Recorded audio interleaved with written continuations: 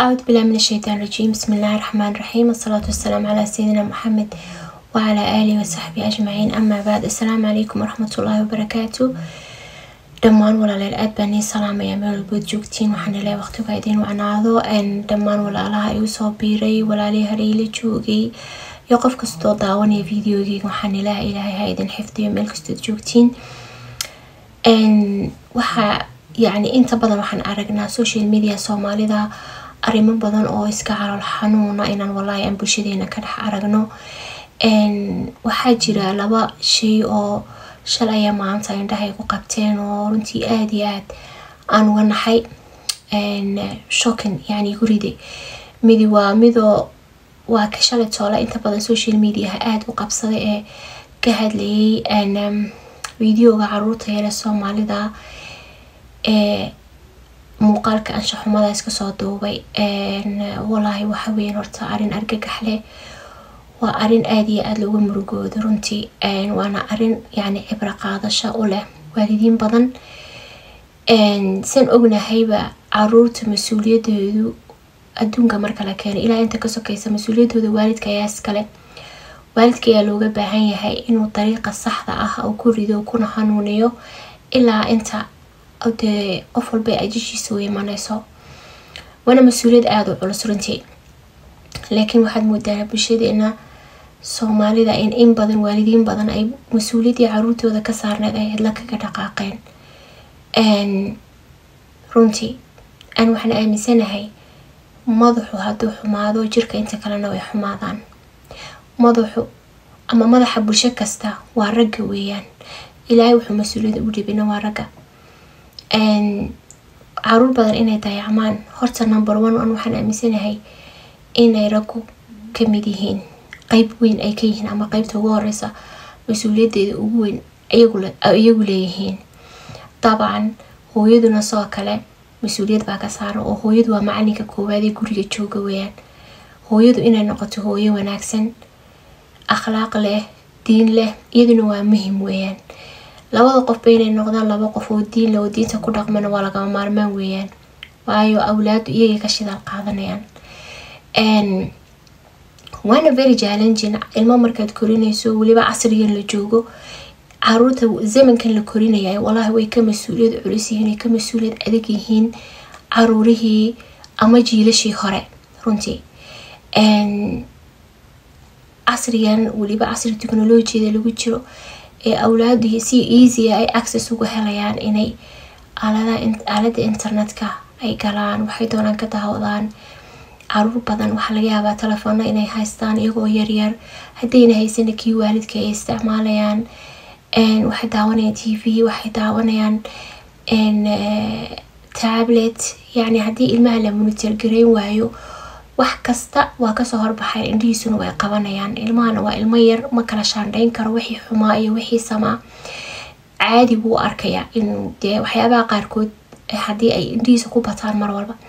marka caruurta in website-da galayaan la monitor gareeyo muhiim bay waalidka u tahay parental control in la sameeyo waalidkana aad loogu wacyigeliyo arinka kale ah adduunka ilaahay markuu keenay rag ayuu مسؤول وقدينا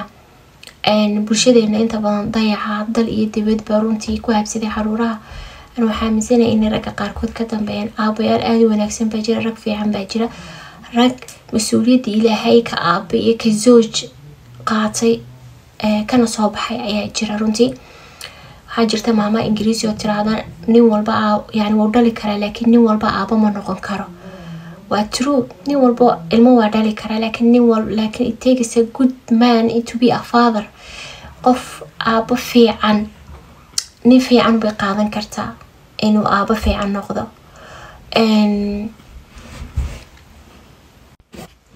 arinka inaana loo daymalaan runtii sheekadan kale marka hadii aan taan kaga gudbo oo ilaahay ka rajeyno in ilaahay awlaada noo xifdiyo noo ilaaliyo noo astro maraxisha ay marayaan from yaraan ilaa intii weynaanayaan in ilaahay nagu astro oo noo waafajiyo inaan u noqono waalid wanaagsan oo ka warayo aad ugu dhow because the moral ilmahaaga ugu dhowdahay wax badan waa ka badbaadin kartaa haday ilmo wax qalad aw kala ama wax aw kalo hadii aad tahay ilmo hadii aad tahay waalid baan u jeedaa ilmihiisa u dhow oo connection fiican la leh ilmaha yar ee adigu waxa laga yaabaa inaad ka dabaalatiin caqabado badan ama dhibaatooyin badan oo ilmaha soo wajahdo laakiin carruurta protection bay u baahan in la protect gareeyo because bi'ada maanta lagu nool yahayna aaminba maaha meel walbo la joogo dhulkiina waa dhul Soomaalidu la dhex socday weeyaan oo dhibtiisu iska badan tahay oo caruuraha dhibaatooyin badan baa loo geystaa oo inta la arkayn baa badan oo aad u badan marka in wacyigelin badan laga sameeyo runtii aad bay muhiim u tahay oo xag diineed iyo xag kalaba dadka laga wacyigeliyo because diintii baad moodaa inay nagu yaraatay oo ay noqoto jiska noolaada for the sake waa la noolaanaya waa la dhalayaa soo kale for the sake waa la dhalaa marka in hawluhu iska badan yihiin bulshadeena ku wajahan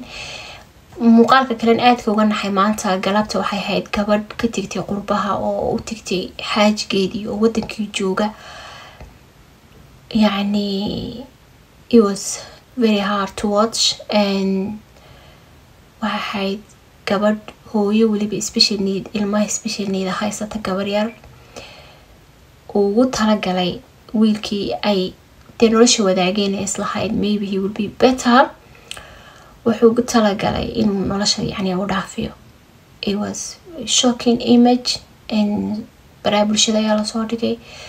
aad bay u xanuun badnayd wallahi bilaahi yani kulli intiina aragtay waad aragteen laakiin waxaa muuqaal aad iyo aad u xanuun badan anu fariiman doona inaan hablaha u diro hablo iska jira ama iska ilaaliya distant relationship horta waxaa la yiraahdo laba qof oo kala dheer inay relationship guur galaan way adag tahay because qof laba meelood kala jooga